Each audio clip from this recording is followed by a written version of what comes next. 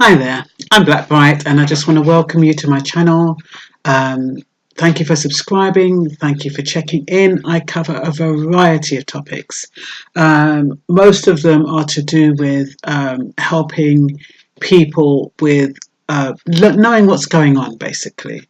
You know, a lot of times you're not in the know when it comes to legislation, when legislation changes. You're not in the know when things happen that affect a certain part of the community. So what I try to do, I try to stick my nose in here, there and everywhere, and I share information I think is useful. Different parts of what I do is going to serve different segments of the community. So it's not everything I do is going to apply to each and every one of you, but nonetheless, I hope it's useful to those people for whom they look at it. So you'll probably go by the title, and if it suits you, you'll watch it, and if it's not, you'll bypass it, and that's cool. Okay, so today I was thinking about, somebody told me about the new mayor of Brent. He's a Nigerian scientist, and his name is Ernest Ezeajughi. And I was interested because I was born in Brent. Well, wasn't really born in Brent. I was born in South Kensington, but I was raised in Brent for the majority of my adult life or adolescent life, whichever one it is. Anyway, so I've got some kind of affinity with Brent. So when I heard that, I'm like, great, a black mayor. So then they were saying, oh, the first black mayor. But I think they meant the first black mayor of Brent, because definitely not the first black mayor in the UK. Some people think that John Richard Archer was the first black mayor. Now, John Archer, he was, in 1913, he was the mayor of Battersea. And his father was from Barbados, his mother was white. He's lived in Canada and America, and he was elected as the progressive to the Battersea in 1908. Anyway, 1913 to 1917, he was elected as a mayor for Battersea in London.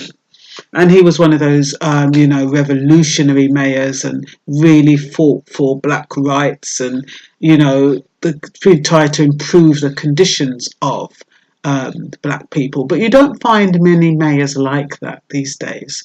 I think a lot of times we're not sure who's pulling the strings, and even though they are meant to be able to fire, appoint and dismiss, they don't seem to have much power. And I guess it's just like anybody who's elected in any position. There's always somebody above who's pulling the strings, so you can only do so much. So I'm hoping that Ernest is going to be, I shouldn't call him Ernest, he's probably got a proper title. Right Honourable Ernest Ezeajughi. Should have found out what it is. But yeah, so Mayor, His Honourable Mayor, Ernest Ezeajughi. And I wanted to show him respect. But I also wanted to say that when I was saying people think that John Archer was the first black mayor in Britain, it was actually Alan Glaisyer-Minns. Alan Glaisyer-Minns was the first black mayor in Britain. He was the mayor of Thetford from 1904 to 1906. So it's quite interesting. You get one bit of news about a mayor, the Nigerian mayor, who was appointed last week, just last week, and it leads on to finding out about other black mayors. Of course, we have Sadiq Khan, who's Asian, and we have Lufta Rahman. And so there are people of colour who've been mayors across the years, but sometimes when you have a black mayor for black people, it's a bit like how electing Obama as president. You kind of have that sense of accomplishment. It's like, oh yeah, there are a few people that do bypass the ceiling.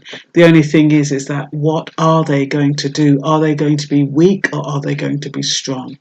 So we have to hope that Ernest Ezeajughi, very difficult name to pronounce or to remember, is going to be a strong mayor. He's going to put policies in place that's going to benefit people. on the whole, and especially black people. We hope he's got their back. Nigerians are a very, very strong and dedicated race, so I know they look out for their own people. So hopefully he'll do a good job. But I just wanted to congratulate him on his post, and congratulate his beautiful wife, who must feel very, very privileged. And yeah, and that's all for now. Bye-bye.